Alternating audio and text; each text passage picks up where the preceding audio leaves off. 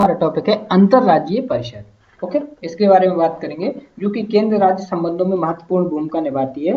तो इसके पहले मैंने 3-4 लेसन बताए हैं। जो अंतरराज्यीय परिषद उसी में से एक है जो केंद्र राज्य संबंध है कि केंद्र राज्य संबंध क्या होते हैं, विधायी संबंध, वित्तीय संबंध, ठीक है, प्रशासनिक संबंध, इनमें विवाद के कारण क्या है, इन विवादों को हम कैसे कम कर सकते हैं, ये सारे टॉपिक पे मैं बात कर चुका हूँ। तो उसी के अंतर्गत हम बात करेंगे अंतरराज्यीय परिषद। ओके, तो चलिए, इसका जो आर्टिकल है हमारे संविधान में वो है 263।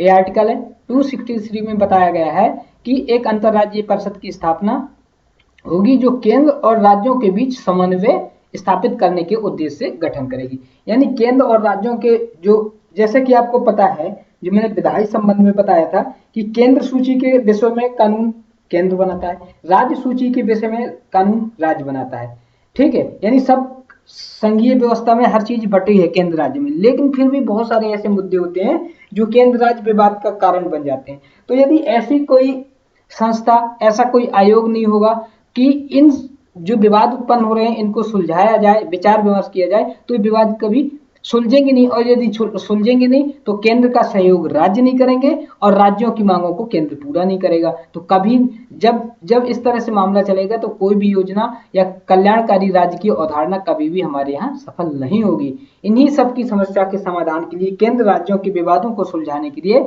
अंतरराज्यीय परिषद का गठन किया गया आर्टिकल 263 के तहत। अब इसका गठन कौन करता है, यदि मल्टीपल चॉइस में कभी पूछा जाए तो राष्ट्रपति करता है। राष्ट्रपति गठन करेगा और बताएगा कि इसको क्या काम करना है, इसका संगठन किस प्रकार का होगा, किस प्रक्रिया के तहत काम करेगी, ये सारे काम राष्ट्रपति करेगा। तो आर्टिकल 263 में गठन, और राष्ट्रपति इस गठन में बताएगा कि कार्य संगठन प्रक्रिया क्या होगी। ये बहुत महत्वपूर्ण आर्टिकल है, आपको ध्यान रखना है, ठीक है। अब बात करें कि इसका उद्देश्य क्या है, तो मैंने पहले ही बताया कि इसका उद्देश्य यही है, जैसे 263 के अनुसार, जो आर्टिकल 263 है उसमें क्या कहा गया है कि केंद्र और राज्यों के आपसी विवादों को सुलझाना बहुत महत्वपूर्ण उद्देश्य है। जो केंद्र राज्यों के आपसी विवाद है उनको सुलझाएगा, या राज्यों के बीच भी विभिन्न विवादित मुद्दे होते हैं उनको भी सुलझाना।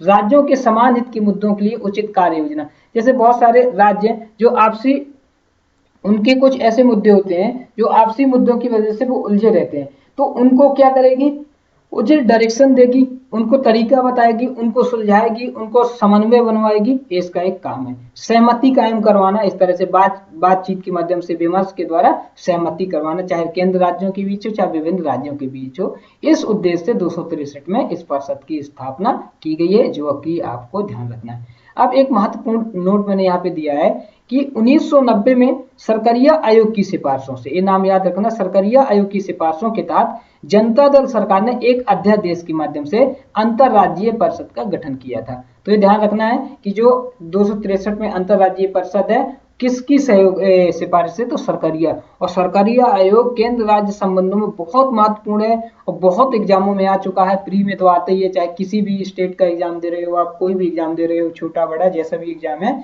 सभी एग्जाम में सरकारिया आयोग पूछा गया है कि किससे संबंधित है, तो केंद्र राज्य संबंधित है। इसको मैं किसी दिन डिस्कस भी कर दूंगा कि सरकारिया आयोग ने क्या कहा था, क्योंकि इसका आंसर राइटिंग में बहुत महत्वपूर्ण योगदान हो सकता है इस आयोग का, ठीक है। तो उसकी हम बाद में बात कर लेंगे। अब इसके बाद हम देखेंगे कि इसकी संरचना कैसे है, क्या होता है इसमें, कौन होता है, उसको हम बात करेंगे। तो इसकी सरकारिया आयोग की सिफारिश के अनुसार इसकी संरचना में अध्यक्ष प्रधानमंत्री होता है, ध्यान रखना है आपको।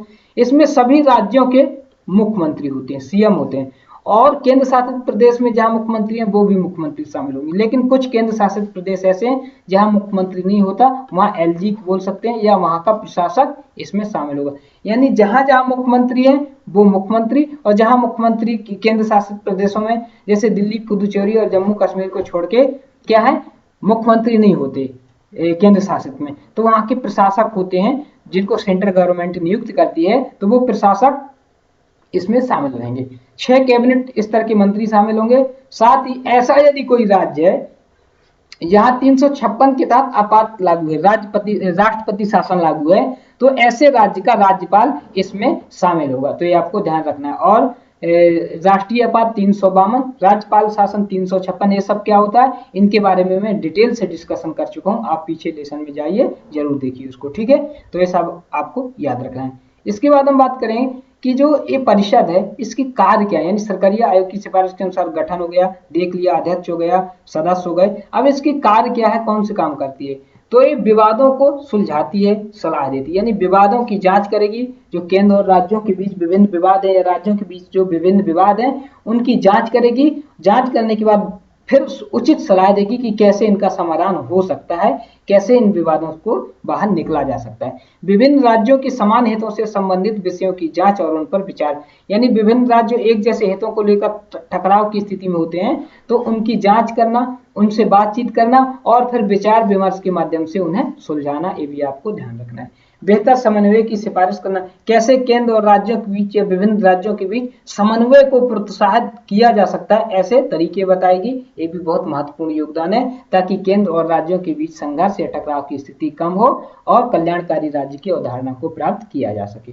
केंद्र राज्यों में साझा हित वाले विषय पर विचार, जो केंद्र और राज्यों के साझा हित वाले हैं ऐसे विषय, जैसे मान लीजिए समवर्ती सूची के कुछ विषय को लेकर टकराव है तो उनमें विचार विमर्श के माध्यम से या अन्य तरह की जो सरकार के आदेश होते हैं केंद्र सरकार के, जिनको राज्यों को मानना पड़ता है लेकिन कई बार वो नहीं मानते हैं, तो ऐसी इन सब समस्याओं को विचार विमर्श के माध्यम से सुलझाना। अध्यक्ष द्वारा सौंपे गए कार्यों पर विचार विमर्श करना, यदि अध्यक्ष अन्य कोई कार्य इस परिषद को देता है तो उस पर भी विचार विमर्श करके सलाह देगी।